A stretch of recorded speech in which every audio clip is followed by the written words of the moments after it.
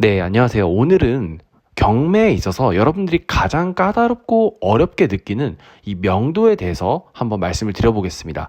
명도를 여러분들께서 어려워하시는 이유는요, 여러 가지 상황이 복잡하게 얽혀 있기 때문에 좀 어렵다고 느껴지실 텐데요. 오늘 영상에서 제가 명도는 어떤 식으로 절차를 우리가 진행을 해야 되고 또 어떤 방법들을 통해서 기술들을 이용해서 끝낼 수 있는지 완벽하게 이 영상 하나로 제가 종결 한번 지어 보겠습니다.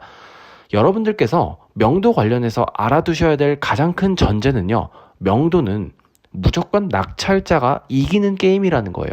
그러니까 명도 때문에 경매를 못한다, 이런 생각은 안 하셔도 됩니다. 무조건 낙찰자가 이기게 돼 있어요. 자, 명도의 절차를 먼저 제가 간략하게 한번 설명을 드려볼게요.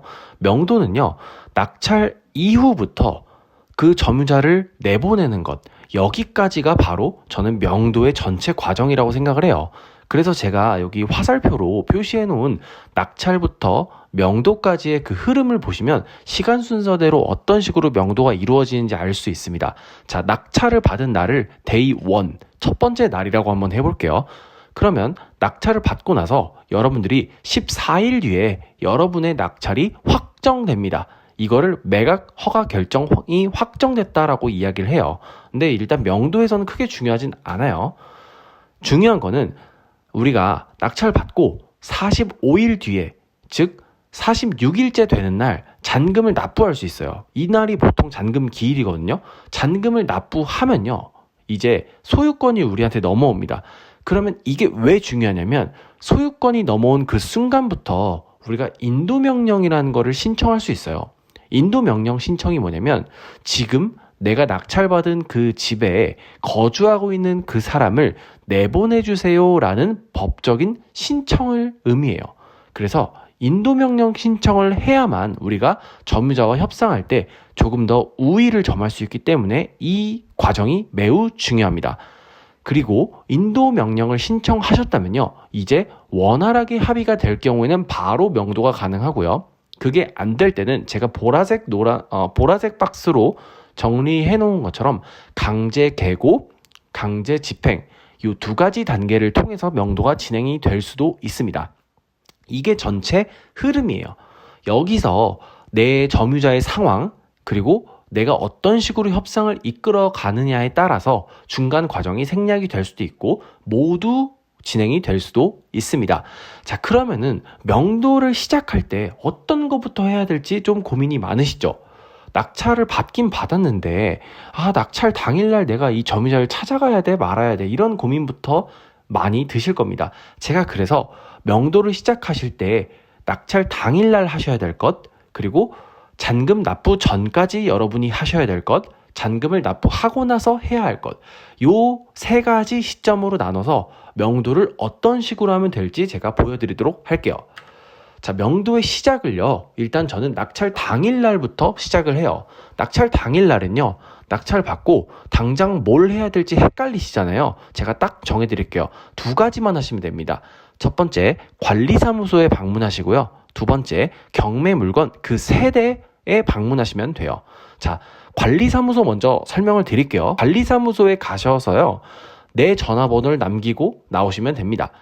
점유자의 번호를 알아내신다면 좋지만 요새는 개인정보 문제가 있기 때문에 아마 안 알려주실 거예요. 그래서 나의 전화번호를 남기시고 그냥 관리사무소 직원분에게 내 전화번호 남겼으니 점유자에게 나한테 전화를 달라, 이렇게 이야기를 하시면 되고요. 그 다음에 미납관리비 지금 얼마만큼 있는지 그런 거 한번 물어보시면 좋습니다. 두 번째, 경매 물건 그 세대에 방문하면 되는데요. 이 경매 물건 세대에 방문하는 게 좀 어렵고 조금 이걸 힘들어 하시는 분들이 계세요. 그래서 이런 분들은요, 그냥 낙찰자임을 알리는 포스트잇을 간단하게 붙이고 나오세요. 낙찰받은 누구누구입니다. 제 핸드폰 번호는 몇 번이니까 여기로 연락을 주세요. 이렇게 붙이고 나오시고요. 주변 세대를 방문하시는 걸 전 추천드립니다. 주변 세대라 하면은 윗집, 아랫집, 옆집을 의미해요. 왜 방문해야 되냐면요, 지금 경매 물건에 누가 살고 있는지, 살고 있다면 가족 형태는 어떤지, 이런 점유 상태를 확인하기 위해서 우리가 이 윗집, 아랫집, 옆집을 방문한다고 이해하시면 될 것 같아요. 제가 초록색으로 표시해 놓은 것들을 한번 보시면요. 낙찰 받고 당장 내용 증명을 보내야 되나 이렇게 고민하시는 분들이 계실 거예요. 낙찰 받고요. 잔금 납부 전까지는요. 그냥 제가 알려드린 이 두 가지만 하시면 됩니다. 잔금 납부할 때까지는요. 여러분들이 소유자가 아니시거든요. 그러니까 어떤 내용 증명을 보내시거나 어떤 다른 행위를 하는 게 굳이 크게 의미가 없습니다. 그래서 낙찰 당일에는 관리사무소 방문하시고 경매 물건 세대 방문하시면 되세요. 자, 이제 그럼 잔금 납부 전까지 우리가 약 14일 정도 시간이 있습니다. 자, 14일 정도의 시간이 있는데요. 이때까지는요. 그냥 점유자랑 소통하는 데 집중하세요. 다른 거, 뭐 내용 증명이나 이런 거 굳이 보내지 마시고요. 내가 이 사람과 핸드폰으로 소통을 할 수 있냐 없냐. 된다면 어떤 사람인지 파악하고 이 사람이 원하는 게 뭔지 이런 거를 좀 파악하는 데 시간을 보내시면 돼요. 이 소통을 하실 때 저는 두 가지 방법을 추천드립니다. 첫 번째, 연락을 일단 기다려보세요. 2주 정도 낙찰 받고 잔금 납부하는 그 2주 정도까지 그냥 좀 기다려보시는 거예요. 2주라 함은 잔금 납부 기일이 정해지는 그 날을 의미하는 겁니다. 자, 그래서 첫 번째는 일단 연락을 기다리세요. 내가 포스트잇 붙이고 관리사무소에 얘기도 해놨으니까 그냥 연락 기다리세요, 일단. 자, 그리고 정 불안하세요. 만약에 연락이 안 와가지고. 그러면요. 그냥 저는 쪽지 한 번 더 남기고 오는 요 정도 할 것 같아요. 아니면 관리사무소에 전화해가지고 혹시 그 점유자에게 제 핸드폰 번호 알려주셨나요? 이런 식으로 확인 전화 정도만 한번 해볼 것 같아요. 아직은 기다리는 게 베스트예요. 일단은 잔금 납부 기일이 정해지고 내가 대출을 실행해서 잔금을 납부할 때까지는 한번 기다려보세요. 여러분 조금 조급해하지 마시고 기다려보세요. 자, 그리고 잔금을 납부했습니다. 이제부터는요. 명도가 본격적으로 시작된다고 이해를 하시면 돼요. 이제부터는 소통 플러스 법적 절차를 동시에 진행할 거예요. 첫 번째, 인도명령을 반드시 잔금 납부하면서 동시에 신청하세요. 동시에가 중요합니다. 잔금 납부함과 동시에 인도명령을 법원 경매계에 신청하시는 게 중요해요. 왜냐하면요. 이게 신청이 돼야 우리가 이제 법적 절차를 본격적으로 진행을 할 수 있기 때문에요. 자, 그리고 두 번째, 소통을 해야 된다고 제가 말씀을 드렸죠. 이제 점유자에게 내용 증명을 한번 보내세요. 내가 지금 잔금 납부했고요. 그래서 나는 반드시 여기 소유권을 지금 가져온 상태고 명도도 할 거고요. 그래서 인도명령도 신청했습니다. 이렇게 점유자한테 법적 절차가 진행되고 나의 현재 상황이 어떻다라는 거를 공지해 줍니다. 초록색 박스에 써진 내용을 보시면요. 연락처를 알고 계시다면 연락처로 보내셔도 되고요. 모르면 내용 증명을 보내세요. 꼭 내용 증명을 보내실 필요는 없어요. 소통을 한다는 게 중요하고 그 소통 내용은 점유자에게 법적 절차가 이제 진행됩니다. 그리고 제가 잔금을 쳤습니다. 이 내용을 말씀드리는 게 핵심입니다. 자, 그리고 세 번째로 인도명령 결정문이라는 게 나올 거예요. 여러분이 인도명령 신청을 하셨으면은 한 1, 2주 정도 안에 인도명령이 이제 받아들여졌다라고 하는 인도명령 결정문이라는 게 나올 텐데요. 이 결정문이 낙찰자와 점유자 두 측에 모두 전달이 됩니다.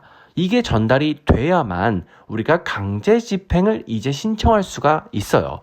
자, 다시 인도명령 결정문이 낙찰자도 확실하게 이거를 받고 점유자에게도 확실히 전달이 되었을 때 그때 강제 집행을 신청할 수가 있어요. 그래서 여러분들께서 인도명령 결정을 여러분들이 잔금 납부하자마자 신청하는 게 매우 중요합니다. 자, 그래서 강제 집행은요, 여러분들께서 신청한다고 무조건 진행되는 게 아니에요. 일단 강제 집행이 언제 몇 월 며칠 몇 시에 진행될 거라는 거를 집행관님들이 그 집을 찾아가서 예고를 해줍니다. 이거를 바로 우리가 강제 집행 계고라고 해요. 이 강제 집행 계고부터는요, 실제 집행관님들이 현장에 출두해서 그 문을 따요. 그러면 여러분들 이 단계에서 보통 95% 정도는 명도가 끝나거든요. 왜냐하면요, 거기 살고 있는 사람이 여러분이라고 한번 저희가 입장을 바꿔서 생각을 해볼게요. 강제 집행한다고 집행관님들이 나와가지고 우리 집 문을 따고 그 계고장, 즉 인도명령 결정문 플러스 강제 집행 계고장을 주고 나간다. 이렇게 되면은 사람 멘탈이 이제 내가 정말 나가야 되는구나. 나가야 되니까 지금 낙찰자랑 빨리 협의를 해야겠다. 이렇게 생각이 들거든요. 보통은 여기서 95% 끝납니다. 그런데 만약에 여기서 끝나지 않게 되면요. 마지막으로 강제 집행을 실시하시면 돼요. 강제 집행도 내가 직접 하는 게 아니고 집행관님과 노무인원들이 출동해서 대신 다 해줍니다. 여기까지 진행되는 경우는 거의 없다고 보시면 됩니다. 그래서 이런 식으로 잔금 납부 후에는요. 여러분들이 인도명령을 신청하시고 1, 2주 뒤에 인도명령 결정문이 나오면은 그거를 가지고 강제집행을 신청하시고 그러면 강제집행 전에 강제집행 계고라는 거를 집행관님들이 나가신다. 여기서 95%의 명도는 끝나고 끝나지 않는 5%도 결국에는 강제집행을 실시하면은 종료가 된다. 이게 명도의 흐름입니다. 자, 그러면은 명도를 우리가 할 때 꼭 이렇게 끝까지 안 가고 중간에 협상으로 명도를 끝내는 게 제일 좋잖아요. 그 협상의 기본은요. 요 파란색 박스를 보시면 됩니다. 일단 점유자가 어떤 사람인지를 파악하셔야 돼요. 채무자인지 임차인인지 아니면 제3의 정체불명인이 살고 있는지 그리고 이 사람들이 거주를 어떤 형태로 하고 있는지도 아셔야 돼요. 만약에 초등학생 자녀를 둔 점유자라고 한번 해볼게요. 그러면 이 사람들 입장에서 생각을 해보면은 자녀에게 내가 강제 집행 당하는 모습을 보여주고 싶지 않을 거예요. 그러면 이 사람들은 결국에 원하는 거, 두 번째 파란색 박스, 점유자가 결국에 원하는 건요, 이사비와 이사 기간이에요. 이거를 낙찰자와 어떻게든 협의를 할 겁니다. 그래서 이 점유자가 만약 가족들과 함께 살고 있다. 그럼 명도가 쉽습니다. 그런데요, 만약에 이분이 혼자 살고 있고 좀 채무자예요. 그러니까 이미 내 집이 망해서 경매로 넘어갔어요. 그러면은 조금 명도가 난이도가 있을 수도 있어요. 그렇지만 여기도 강제집행 계고까지 가면은 결국에 본인이 나가야 된다는 걸 알기 때문에 점유자와 이사비나 이사 기간을 협상하려고 할 겁니다. 그래서 이거는 이런 식으로 파악을 해서 조금 우리가 명도를 그러면은 이 사람한테는 세게 얘기해서 빨리 내보내야겠다. 혹은 이 사람은 어쨌든 나갈 사람이니까 내가 최대한 이 사람 얘기를 들어주면서 진행을 해야겠다. 이렇게 판단을 할 수 있다는 거죠. 그래서 이렇게 했을 때 내가 협상을 시작했을 때 점유자의 반응도 보셔야 돼요. 조금 수능적으로 본인이 나가셔야 된다는 걸 이미 알고 조금 수능적으로 대응해 주시는 분이 계시고요. 아니면 무작정 화를 내시는 분도 계십니다. 마지막으로 아예 묵묵부답인 사람들도 있어요. 수능적인 사람들은 뭐 어렵지 않으니까 제가 굳이 설명드리지 않을게요. 적대적인 사람들 그리고 회피형인 사람들 요 두 가지 경우에 어떻게 해야 되는지 제가 요 영상에서 설명드린다고 말씀을 드렸잖아요.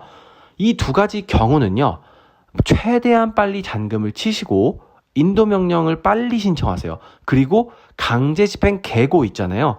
강제집행 계고를 최대한 빨리 보내세요. 왜냐하면 그 계고가 일어나는 순간 사람들의 95%는 명도를 해야겠다. 내가 나가야겠다. 이렇게 생각을 한다고 했잖아요. 적대적인 사람, 회피형인 사람 이 두 가지 모두 강제집행 계고가 진행이 되면 보통 이제 내가 내 뜻대로 하면 안 되겠다라는 생각을 하십니다. 그래서 이 사람이 얘기를 해봤는데 좀 수능적이라면 굳이 잔금도 뭐 빨리 칠 필요 없어요. 그냥 적당하게 치시고 대신 적대적이거나 좀 묵묵부답이다. 최대한 잔금 빨리 치시고 빠르게 강제집행 계고를 진행하시는 걸 추천을 드립니다. 자, 그래서 명도 협상에 제가 기술을 좀 몇 가지 알려드릴게요. 공동투자자 불러오기라는 기술이 있어요. 이게 뭐냐면 이제 우리가 그 점유자한테 저 낙찰자인데요. 혹시 원하는 게 어떤 거예요? 빨리 나가주시면 좋겠는데 이사비 원하시나요? 이런 식으로 물어볼 수 있잖아요. 그럼 그때 그 점유자가 이렇게 얘기할 수 있어요.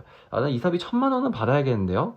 이렇게 얘기할 수 있어요. 그러면은 그때 우리가 어떻게 해야 되냐면 1,000만 원은 너무 비싸고 500에 하시죠. 이렇게 제안하는 게 아니고요. 제가 같이 투자한 분이 계신데 그분이 너무 이렇게 법대로만 하시고 완강한 분이다. 그래서 이번에도 법대로 바로 진행하려고 하는 거를 제가 멈추고 이렇게 협상을 하러 온 거다. 그러니까 우리 좀 현실적으로 이사비를 얘기해봐요. 아니면 제가 그분한테 얘기를 좀 잘 해볼 테니까 조금 낮춰서 다시 제안해 보시죠. 이런 식으로 공동투자자를 가상으로 우리가 세워가지고 그 사람을 핑계 삼아서 우리가 협상을 진행하시면 훨씬 유리하게 진행을 할 수 있습니다. 그리고 두 번째로는 삼자화법. 이거 많이 들어보셨을 거예요. 공동투자자 불러오는 거랑 조금 비슷한 내용인데요. 나 말고 다른 사람의 의견을 내가 묻고 진행을 해야 된다. 그러니까 지금 내가 답을 줄 수 없다. 라고 하면서 내가 생각할 시간도 벌고 점유자에게 약간의 내가 너무 과한 제안을 했나? 이렇게 생각이 들도록 유도하는 방법이 있습니다. 그리고 세 번째, 명도 협상의 기술 세 번째, 얼리버드 전략이 있는데요. 이게 뭐냐면 이렇게 제안을 하는 거예요. 내가 당신한테 이사비를 드릴 건데요. 만약에 한 달 안에 이사를 나가시면 200만 원을 드리고요. 45일 안에 나가시면 150만 원. 한 달이 지나고 한 달 반이 지나도 안 나가시면 한 푼도 드릴 수 없습니다. 이렇게 최대한 빨리 나갈수록 돈을 많이 드린다 라고 제안을 하시면요. 그 점유자 입장에서는 늦게 나갈수록 본인이 손해라고 생각을 할 수 있거든요. 그래서 이런 전략을 이용하시는 것도 방법이에요. 그리고 네 번째는 점유자가 어떤 제안을 하시던지 그냥 무반응하세요. 무반응이라는 거는 이렇게 아예 응답을 하지 말라는 얘기가 아니라 그거는 그거대로 그냥 말씀하시게 두시고 그거는 이제 점유자님 생각이시고요. 저희는 상한선이 딱 여기입니다. 라고 처음부터 강력하게 얘기하는 방법이 있습니다. 이게 왜 좋냐면 이렇게 하지 않고 점유자가 제안한 그 점유자의 제안 딱 그 전부터 시작을 하면은 이게 거기서 깎이는 수준밖에 우리가 안 되거든요. 아까 말씀드렸다시피 점유자가 1,000만 원을 제시하면 절대 100만 원으로 이사비를 협상할 수가 없어요. 한 700에서 600선으로 끊길 겁니다. 근데 우리가 점유자가 1,000만 원을 제시하던 말던 우리가 200부터 제안을 하잖아요. 그러면 한 300 정도에 끊을 수 있어요. 그래서 이런 식으로 제안에 대해서 무반응하신 다음에 나의 상한선을 제시하는 게 좋습니다. 그리고 아까 말씀드렸다시피 점유자가 적대적이거나 아니면은 묵묵부답이어서 협의점이 안 보일 때는요, 최대한 빠르게 강제 개고를 진행하시는 걸 추천을 드릴게요. 이렇게 하셔야 명도가 빠르니까요. 네, 오늘은 명도를 위해서 낙찰 이후에 어떤 흐름으로 명도를 우리가 진행할 수 있는지 명도 흐름을 설명드렸고요. 그 다음에 명도의 협상을 위해서 우리가 기본적으로 알아야 될 점유자의 형태, 점유자의 성향, 그다음에 점유자의 반응 이런 것들을 살펴봤고 마지막으로 그래서 어떤 기술들을 이용해서 명도 협상을 해야 되냐 요거를 좀 살펴봤습니다. 그래서 오늘 영상을 한번 여러분들께서 잘 숙지를 하신 다음에요. 한번 적용을 해보시면 명도가 크게 어렵지 않으실 거예요. 오늘 영상 끝까지 봐주셔서 감사드리고요. 추가 질문 있으신 분들은 댓글에 남겨주시면 제가 답변 드리도록 하겠습니다. 오늘 영상 끝까지 시청해주셔서 감사합니다.